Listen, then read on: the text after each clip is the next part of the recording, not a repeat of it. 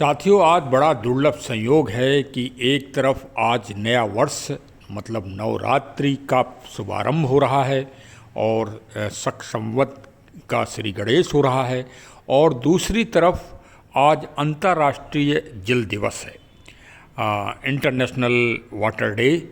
तो आज बहुत ही अद्भुत संयोग है। मतलब जीवन जीने की कला और वास्तव में जीवन क्या है, इसका आज भावार्थ आज के ब्लॉग में आपको मिलेगा सुनने को, और पूरा ब्लॉग अवश्य सुनिए। बहुत ही पौराणिक और अत्याधुनिक आधुनिक दोनों का समागम है आज के ब्लॉग में। साथियों, मैं राम प्रताप सिंह कुशवाहा। हमारे चैनल ज्ञान एंड नॉलेज का जो प्रोग्राम है मंथन, उसमें आज जल तत्व के ऊपर विवेचन होगा, क्योंकि आज विश्व जल दिवस है, वर्ल्ड वाटर डे। तो जल को संरक्षण करना है और जल की महिमा समझना है। यद्यपि संयुक्त राष्ट्र संघ ने आज के दिन को घोषित तो कर दिया, लेकिन हमारा प्रश्न ये है कि कुछ संकीर्णता रखी है। नकल संयुक्त राष्ट्र संघ भारतीय संस्कृति और भारतीय पद्धति की अवश्य ही कर रहा है और करता आ रहा है। मैंने इस बात का अनुभव किया है और विवेचन भी किया है कि वो वही नकल कर रहे हैं संयुक्त राष्ट्र संघ जो भारतीय संस्कृति है। लेकिन अगर आप नकल करेंगे तो आप अच्छे नंबर नहीं, डिक्टेंशन नहीं ला सकते। नकल मत करिए, मूल को पकड़िए। संयुक्त राष्ट्र संघ को भारतीय संस्कृति में जो जल तत्व के संवर्धन और संरक्षण के लिए जो आदि और अनादि काल में वेद से लेके पुराण, पुराण से लेके महाभारत, महाभारत से लेके और अन्य महान ग्रंथों में जो भविष्य की जल संरक्षण की योजनाओं को साकार किया गया है और महान ज्ञान दिया गया है, उस ज्ञान को जन जन में पहुंचाना चाहिए। और चूंकि भारत इस समय G20 का अध्यक्ष है और भारत के माननीय प्रधानमंत्री नरेंद्र मोदी जी भी अध्यक्ष की भूमिका निभा रहे हैं, तो मेरा तो उनको सजेशन ये होगा कि वो संयुक्त राष्ट्र संघ के माध्यम से भारत के जो प्राचीन जल संरक्षण की महान योजनाएं और महान नीतियां और महान सिद्धांत हमारे ऋषियों ने और वैदिक साहित्य में बताए गए हैं, उनको जन जन तक पहुंचाएं। देखिए, जन जन तक पहुंचाने के लिए ही तो संयुक्त राष्ट्र संघ ने आज के दिन को जल दिवस 22 मार्च को घोषित किया है कि पूरे विश्व में इसका संरक्षण और इसकी जागरूकता फैलाई जाए। तो संकीर्णता किस बात की? वही तो कार्य सनातन और भारतीय लोग आदि और अनादि काल से करते चले आ रहे हैं कि कल नवरात्रि का पावन दिवस है, और नवरात्रि के पावन दिवस में भगवान की पूजा होने से पहले सबसे पहले क्या होती है? कलश स्थापना होती है। वो कलश में क्या होता है? जल तत्व होता है। वो वरुण देवता को सबसे पहले हम आवाहन करते हैं। मतलब भगवान को और श्री गणेश जी के आह्वान के बाद अगर सबसे पहले कोई देवता का आह्वान होता है, या देवताओं की श्रेणी में अगर, जैसे देवता तो अग्नि है, जल है, सूर्य है और इस हवा है, तो ये देवता हैं। देखिए, इस प्रकृति को समझना सबके लिए आसान काम नहीं है। ये गूढ़ संस्कृति है और इसी पे पूरी दुनिया आधारित चल रही है। सत्य बात तो ये है कि जब आप एनवायरनमेंट और पर्यावरण, देखिए पर्यावरण ही जीवन है, जल ही जीवन है, तो इसके महत्व को तो समझना पड़ेगा ना भाई। कि जल में आप जहर मिलाते रहोगे और सोचोगे जीवन चल जाएगा, नहीं चल सकता। आप धोखे में हो। आप एक बुलबुले की तरह आपका जीवन समाप्त हो जाएगा, आपकी अगली पीढ़ी समाप्त हो जाएगी। तो जल की स्वच्छता और जल की निर्मलता और सरलता के महत्व को जन जन में पहुंचाना चाहिए। वो किसी भी जाति के हों, किसी भी धर्म के हों, किसी भी पंथ के हों। जल में तो कोई जाति का बंटवारा नहीं है, जल में तो कोई संप्रदाय का बंटवारा नहीं है। कोई ये कह दे कि नहीं हम तो जल का नहीं पिएंगे, ऐसा कोई व्यक्ति या कोई प्राणी है दुनिया में जो जल से रहित हो सकता है?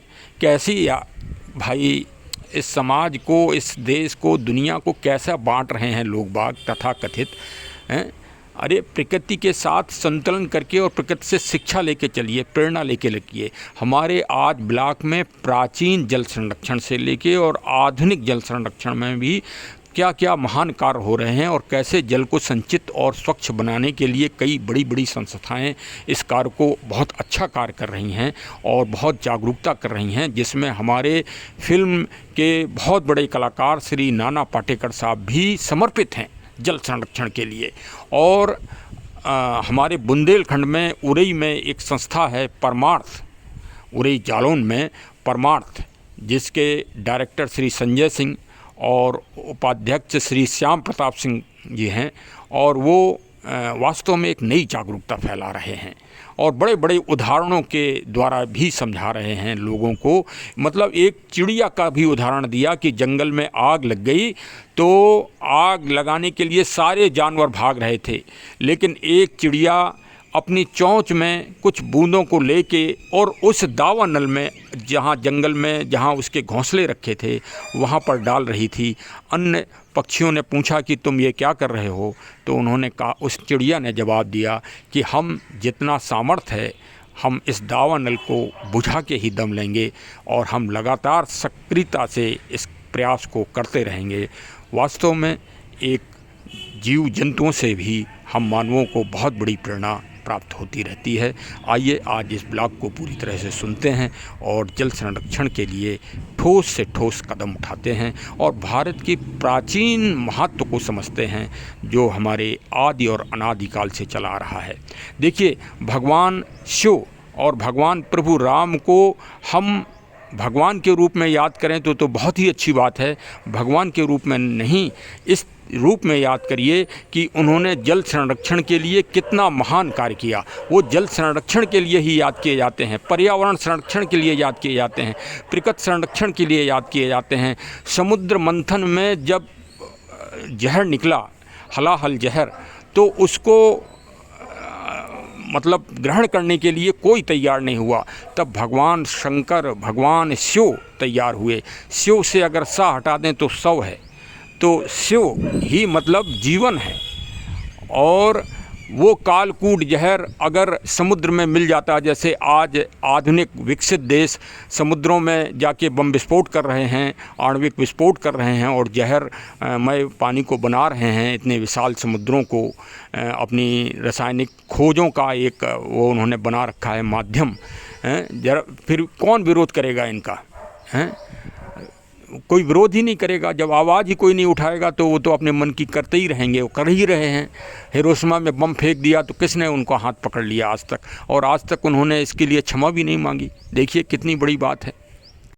भगवान राम जी को हम इसलिए याद नहीं कर रहे हैं, विनय न मानत जलद जड़ गए 3 दिन बीत, हम इसलिए याद कर रहे हैं कि उन्होंने समुद्र के जल तत्व के कितना बड़ा संरक्षण किया, कितना बड़ा हम मानवों के लिए प्रेरणा दी। चाहते तो एक तीर से सारा समुद्र सुखा सकते थे, लेकिन नहीं, उन्होंने जल तत्व की रक्षा की है। ये हैं हमारे आराध्य, इनसे पूरी दुनिया को प्रेरणा लेनी चाहिए और मोटिवेशन लेना चाहिए। और संयुक्त राष्ट्र संघ को भारत के वैदिक और पौराणिक और महाभारत में जो जल तत्व की नीतियाँ बताई गई हैं, मैं कुछ उनके मंत्रों को इस ब्लॉग में डालूंगा भी, उनसे प्रेरणा लेके और जन जन में फैलाना चाहिए। वास्तव में संयुक्त राष्ट्र संघ भारतीय संस्कृति पर ही चल रहे हैं, लेकिन वो संकीर्णता रख रहे हैं और कुछ जो मूल तत्व है उसको दुनिया में हाईलाइट नहीं होने देना चाह रहे हैं। वो किसी दबाव में रहते हैं, विकसित देशों के दबाव में रहते हैं, इसलिए वो भारतीय संस्कृति को पूरी तरह से नहीं प्रखरता से रख पा रहे हैं। तो अब हम लोगों का दायित्व है, हमारे 140 करोड़ भारतीयों का दायित्व है कि अपनी बात को पूरे विश्व में जन जन में पहुंचाएं और बच्चे बच्चे को बताएं कि हमारे इधर जल संरक्षण के लिए इतने महान कार्य आदि और अनादिकाल से किए गए हैं। हाँ, जब कोई नहीं बता रहा है तो आप बताइए ना, आप क्यों संकीर्णता रखें? आप जैसे राम जी की नीतियों को, आप राम राज्य की नीतियों को पूरी दुनिया में नहीं फैला रहे हैं, सिर्फ भारत में ही फैला रहे हैं। अरे पूरी दुनिया में फैलाइए उनको कि हमारे राम ऐसे थे कि उन्होंने कभी किसी पे अपना अधिकार नहीं जताया और सबको समानता और स्वतंत्रता और जीवन जीने की शैली बताई मानव लीला करके।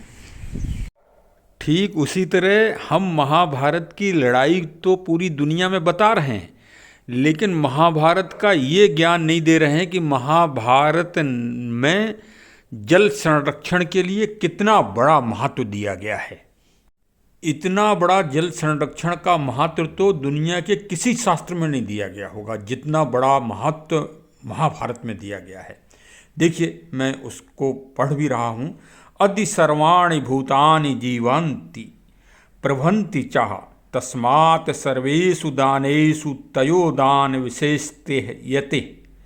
जल से संसार के सभी प्राणी उत्पन्न होते हैं और जीवित रहते हैं, और अतः सभी दानों में जल का दान सर्वोत्तम दान है, और जल से समस्त प्राणियों को जीवन मिलता है।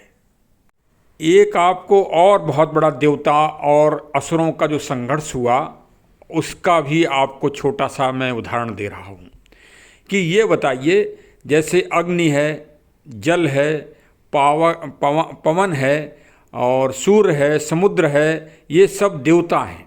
इनमें सबसे ज़्यादा कब्जे में अपने को अधिकृत करने के लिए किस देवता के लिए राक्षसों ने प्रयास किया, विशेषकर दशकंदर रावण ने, कि उस देवता को अगर वो कब्जे में कर लेते तो ये माना जाता था कि प्रकृति के सारे तत्व उसके कब्जे में आ जाते। दशकंदर रावण के शनि को भी कब्जे में कर लिया था, शनि को तो बांध ही लिया था अपनी चारपाई की पाटी पे, ऐसा माना जाता है।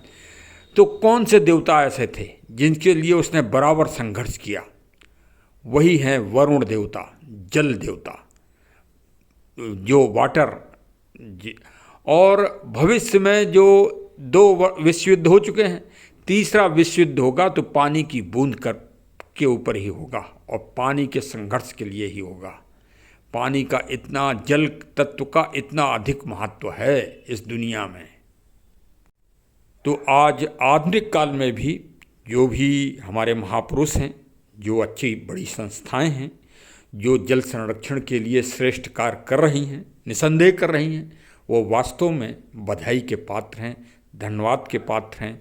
और जल का संरक्षण तो प्रत्येक जन जन को करना चाहिए, क्योंकि जल से ही ये पेड़ पौधे हैं। जब पेड़ पौधे हैं तो ऑक्सीजन है इस दुनिया में, और प्राणवायु है। जब प्राणवायु है तभी सारे प्राणी जिंदा हैं। सीधी सी बात ये है। देखिए कितनी बड़ी महानता है हमारे महापुरुष श्री जो फिल्म जगत से जुड़े हुए हैं, नाना पाटेकर साहब, कि उन्होंने अपनी मर्सिडीज गाड़ी को खरीदने जा रहे थे, लेकिन तब तक उनको मालूम पड़ा कि जल पानी के किल्लत के कारण, परेशानी के कारण कुछ किसानों ने सुसाइड कर लिया है। तो उन्होंने गाड़ी खरीदने का सपना त्याग दिया और उस पैसे से जाके उन किसानों की महाराष्ट्र में जाके मदद की। इसी तरह बुंदेलखंड जनपद जालौन में परमार्थ सेवा संस्थान समिति है, संस्था है, जो बहुत ही उत्कृष्ट कार्य कर रही है बुंदेलखंड की असिंचित भूमि में। वास्तव में बधाई के पात्र हैं और प्रेरणात्मक वर्क हैं इन लोगों के, और इन लोगों से अन्य संस्थाओं को, अन्य महापुरुषों को भी आज वास्तव में प्रेरणा लेना चाहिए, मोटिवेशन लेना चाहिए। भारत सरकार ने भी एक प्रयास किया है कि घर घर पानी पहुँचे, स्वच्छ जल पहुँचे, और यही संयुक्त राष्ट्र संघ जो दुनिया की सबसे बड़ी संस्था है उसका भी आज यही मोटो चल रहा है। हम सबको भी इसमें भागीदार होना चाहिए। जल है तो कल है, कल है तो जीवन की आशा है। चलिए साहब, इसी के साथ फिर मिलेंगे, फिर जुड़ेंगे।